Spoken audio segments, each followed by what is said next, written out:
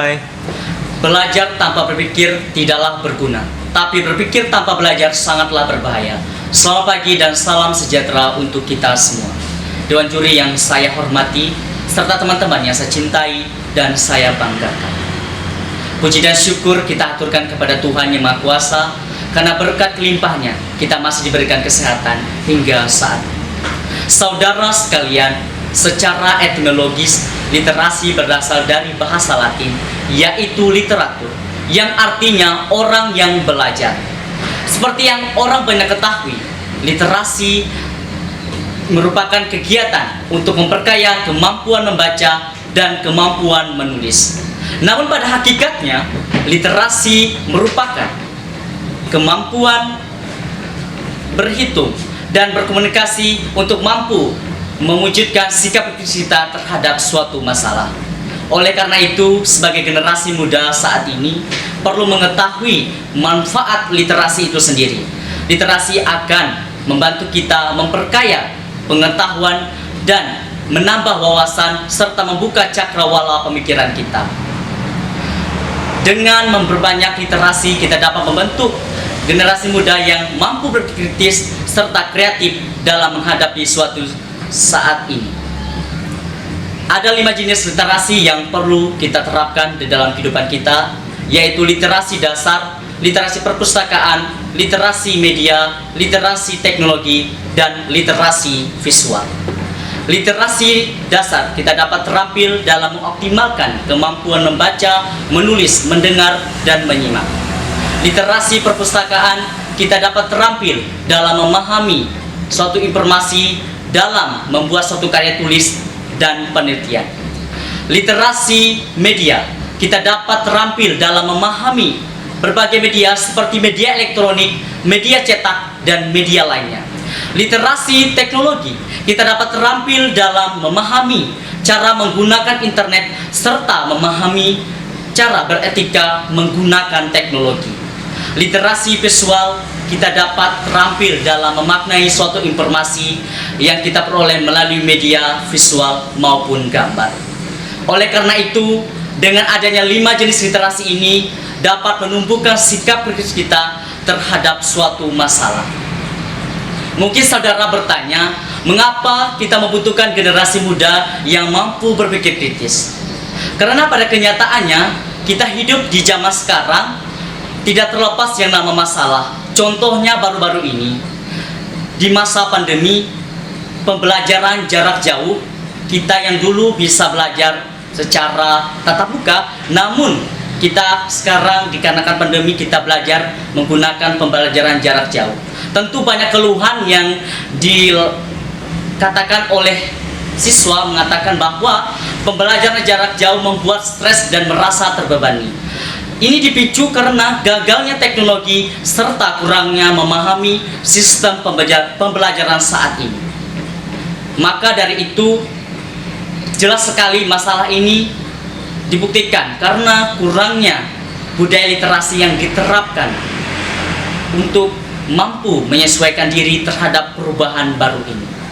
Sebenarnya pembelajaran jarak jauh ini tidak membuat siswa terbebani dengan tugas-tugas, namun siswa dengan pembelajaran jarak jauh ini dapat berkolaboratif dan kreatif menggunakan media sebagai sarana untuk mencari informasi dan berbagai media untuk kita bereksplorasi untuk mencari informasi-informasi yang luas. Oleh karena itu, kita membutuhkan generasi muda yang mampu berpikir kritis untuk meningkatkan sumber daya manusia serta memajukan bangsa dan negara kita. Hal ini menunjukkan bahwa literasi di negara kita sangat minim. Kurangnya penerapan budaya ini sehingga mengakibatkan krisis literasi di negara kita. Mungkin saudara sekalian bertanya, mengapa kita membutuhkan generasi muda yang mampu berpikir kritis? Karena kita hidup di zaman sekarang penuh dengan persaingan. Maka kita dituntut untuk mampu bersaing di era globalisasi. Jika kita ingin menjadi negara kita yang berkualitas, maka kita harus menghasilkan generasi muda yang mampu berpikir kritis untuk mampu bersaing di kancah internasional. Jika kita tidak mampu, maka negara kita akan mengalami kehancuran. Saudara sekalian, permasalahan yang kita hadapi sekarang yaitu krisis.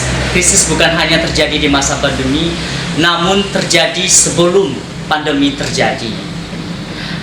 Hal ini dibuktikan oleh survei CCSU yang mengatakan bahwa Indonesia menduduki peringkat 60 dari 61 negara. Dan baru-baru ini UNESCO menyampaikan minat baca Indonesia hanya 0,001%. Artinya dari 1000 orang di Indonesia hanya 1 yang minat baca. Tentu data ini mengalami kemerosotan dari tahun ke tahun. Jika kita tidak segera mengatasi krisis ini, maka negara kita akan mengalami ketertinggalan dan keterpurukan. Oleh karena itu, kita sebagai generasi muda, sebagai penggerak bangsa, mari kita memperjuangkan bangsa dan membenahi bangsa kita dengan menumbuhkan budaya literasi sebagai jalan untuk meningkatkan kualitas negara kita ke depannya. Maka diharapkan melalui 4 keterampilan bahasa kita dapat menumbuhkan sikap kritis kita melalui membaca, menulis, mendengar, dan berbicara. Melalui membaca kita dapat menambah pengetahuan dan memperluas wawasan. Melalui menulis kita dapat mengungkapkan ekspresi melalui karya tulis. Melalui menyimak kita dapat mencerna informasi-informasi yang sedang terjadi di kehidupan kita. Melalui berbicara kita dapat mengutarakan argumen serta ide dan gagasan secara lisan.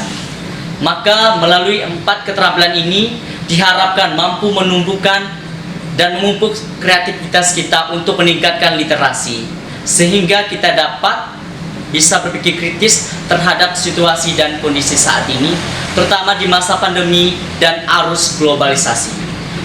Di akhir pidato saya ingin mengajak rekan muda kita, mari kita membenahi negeri kita dengan membudaya literasi sebagai jalan untuk meningkatkan sikap kritis kita terhadap suatu masalah yang terjadi dalam kehidupan kita. Bukan hanya terjadi di dalam kehidupan kita, tetapi kita mampu bersaing di era globalisasi saat ini. Di akhir pidato ini saya mengucapkan terima kasih atas perhatian yang baik. Semoga pidato ini dapat memberi motivasi kita untuk kedepannya demi kesejahteraan dan kebaikan kita. Selamat pagi, salam literasi.